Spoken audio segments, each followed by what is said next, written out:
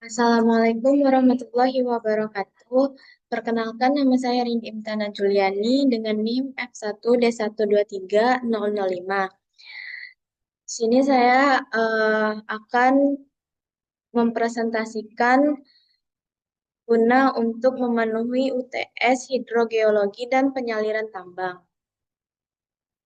Jadi, di sini topik studi kasus yang saya ambil adalah hubungan air tanah terhadap pencemaran. Saya mengambil studi kasus ini dari jurnal kajian pencemaran air tanah dangkal akibat lindi di sekitar TPA Supit Urang Malang. Nah, itu saya ambil dari jurnal teknik lingkungan dengan volume 23 dan nomor 1 pada tahun 2017 dan halaman 41 sampai 50. Baiklah, jadi rumusan masalah dari topik studi kasus jurnal yang saya ambil itu adalah bagaimana dampak lindi dari TPA Supit Urang terhadap kualitas air tanah dangkal di kawasan RW 5 Kelurahan Mulyorejo, Malang. Dan yang kedua, apakah model Domenico dan Robbins dapat digunakan untuk memprediksi penyebaran kontaminan tersebut? Selanjutnya, tujuannya adalah untuk mengidentifikasi parameter pencemaran utama, yaitu klorida dan chemical oxygen demand atau disingkat COD dalam lindi dan air tanah sekitar TPA Supit Urang. Dan yang kedua adalah menguji keakuratan model Domenico dan Robbins pada tahun 1985 dan Domenico 1987 dalam memprediksi penyebaran kontaminan di air tanah. Baiklah, di sini sumber acuan yang saya ambil yaitu jurnal utamanya dari Jurnal Teknik Lingkungan dan referensi pendukung atau penguat dari studi kasus yang saya ambil itu ada jurnal tentang pencemaran air tanah di Tiongkok, studi kasus di Mesir, dan studi di Maroko.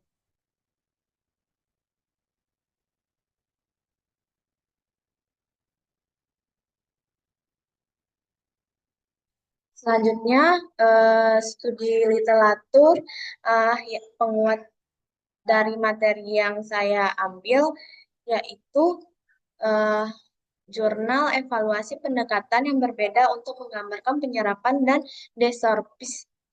desorpsi fosfor dalam tanah berdasarkan data eksperimen. Menunjukkan bahwa landfill di Cina berkontribusi besar terhadap pencemaran air tanah akibat tidak adanya lapisan pelindung dasar. Dan studi literatur yang kedua adalah uh, dengan jurnal dampak lindi TPA terhadap kualitas air tanah, studi kasus di Mesir, yaitu menemukan peningkatan parameter pencemaran seperti BOD dan COD di air tanah sekitar TPA di Mesir.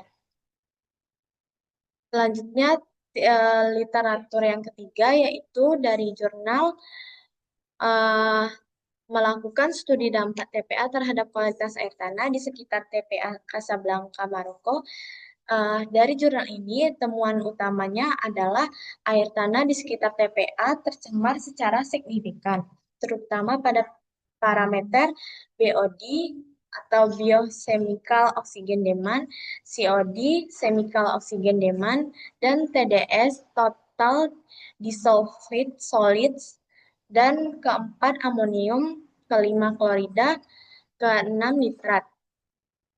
Dan temuan yang keduanya adalah nilai parameter tersebut melebihi ambang batas air layak konsumsi menurut standar WHO dan standar nasional baku. Selanjutnya, eh, di sini hasil yang saya dapat dari kasus tersebut yaitu karakteristik fisik tanah.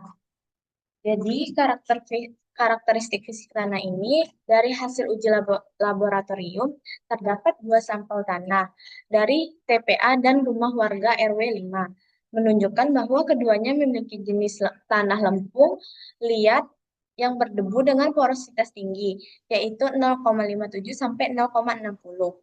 Nilai permeabilitasnya tergolong sangat rendah, artinya meskipun ada potensi rembesan lindi ke air tanah, alirannya berlangsung lambat. Namun, karena kontaminasi bersifat kontinu, paparan jangka panjang tetap berdampak signifikan terhadap kualitas air tanah. Dan yang kedua, kualitas dari lindinya. Nah, kualitas dari lindi ini diambil dari saluran sebelum masuk kolam penampung di TPA, tempat pembuangan akhir. Supit urang menunjukkan konsentrasi biochemical oksigen demand atau BOD itu terdapat 405 miligram per liter dan chemical oxygen demand atau COD itu 782 miligram per liter dan total nitrogennya itu 391,51 miligram per liter yang jauh melebihi baku mutu menurut Permen LHK nomor P59 garing 2016. Batas COD ini yaitu 300 miligram per liter dan total nitrogennya yaitu 60 miligram per liter. Hal ini menunjukkan bahwa TPA, tempat pembuangan akhir supit orang, tidak memiliki sistem pengolahan lindi yang memadai dan limbah organik mendominasi kandungan sampah. Baiklah, selanjutnya eh, dapat kualitas air tanah. Kualitas air tanah yang dapat yang didapat dari kasus ini yaitu yang pertama parameter chemical oxygen demand atau COD. Itu mendapatkan hasil pengujian terhadap 5 sumur warga di RW 5 menunjukkan konsentrasi chemical oxygen demand berkisar antara 35,2 sampai 60,8 miligram per liter. Dan yang kedua, semua nilai tersebut melebihi baku mutu air tanah kelas 1 menurut PP nomor 82 tahun 2001, yaitu dengan maksimal 10 miligram per liter. Yang ketiga yaitu terjadi peningkatan semisal oksigen demand pada titik S3 dengan eh, dengan 48 miligram per liter yang lokasinya hanya 1 meter dari kloset warga dan diduga kuat bahwa pencemaran tidak hanya berasal dari TPA tetapi juga dari limbah domestik. Yang kedua adalah parameter klorida, yaitu parameter klorida ini pada air tanah berkisar antara 10 sampai 43 miligram per liter, masih di bawah batas baku mutu yaitu 600 miligram per liter. Namun, peningkatan nilai pada titik S3 menunjukkan indikasi kontaminasi lokal. Selanjutnya, terdapat simulasi model sebaran kontaminan, model Domenico dan Robbins. Nah, itu yang pertama model Florida. Model satu dimensi dan dua dimensi. Untuk Florida tidak sesuai dengan data lapangan, artinya model tidak dapat memprediksi persebaran Florida dengan akurat. Yang kedua, dispersivitas longitudinal paling mempengaruhi nilai konsentrasi pada model. Terus alasan kegagalan model klorida ini yaitu klorida bersifat konservatif, tidak mudah terurai secara biologis atau kimiawi, sehingga sulit dimodelkan dengan model yang sederhana. Selanjutnya, model chemical oxygen demand, yaitu model dengan satu dimensi dan dua dimensi berhasil memprediksi penyebaran semisal oksigen demand dengan secara akurat dan simulasi menunjukkan bahwa dispersivitas longitudinal dan nilai konsentrasi awal COD ini adalah parameter yang paling berpengaruh. Validasi model menunjukkan konsentrasi model sesuai dengan observasi lapangan dengan RMSE rendah, yaitu sekitar 3.879 sampai 5.766. Baiklah, di sini ada gambar pendukung ya, dari pembahasan yang saya jelaskan tadi. Di sini ada gambar TPA Supit Urang itu sendiri, dan di sini ada lokasi titik sampling air tanah dan lindi.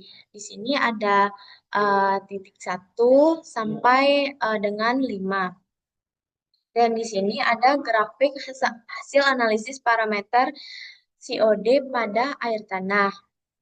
Dan selanjutnya ada grafik hasil analisis parameter klorida pada air tanah.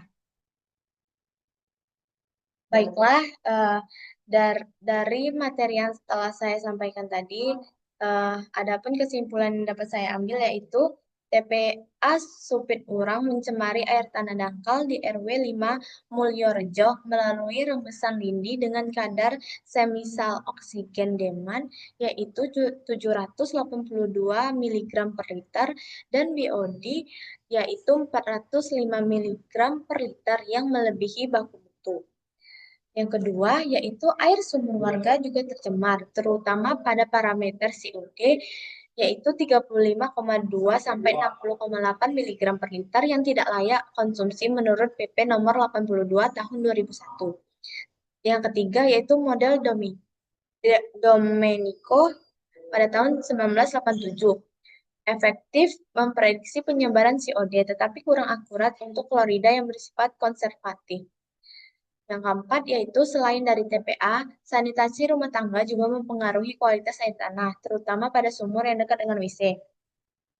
Yang kelima yaitu pengelolaan lindi dan sanitasi lingkungan sangat penting untuk mencegah pencemaran air tanah di kawasan permukiman dekat TPA. Selanjutnya, saran yang dapat saya sarankan untuk studi kasus ini yaitu yang pertama untuk pemerintah Kota Malang segera melakukan upgrade pada sistem dasar TPA agar tidak open dumping dan menambahkan geomembran pelindung. Yang kedua, untuk penelitian lanjutan perlu melakukan eksplorasi model numerik 3 dimensi untuk meningkatkan prediksi kontaminan konservatif seperti klorida. Dan yang ketiga yaitu untuk masyarakat sekitar TPA itu disarankan untuk tidak mengkonsumsi air sumur tanpa pengolahan dan atau pemeriksaan kualitas yang berkala. Baiklah, eh, sekian dari penjelasan saya. Lebih dan kurangnya saya mohon maaf. Wassalamualaikum warahmatullahi wabarakatuh.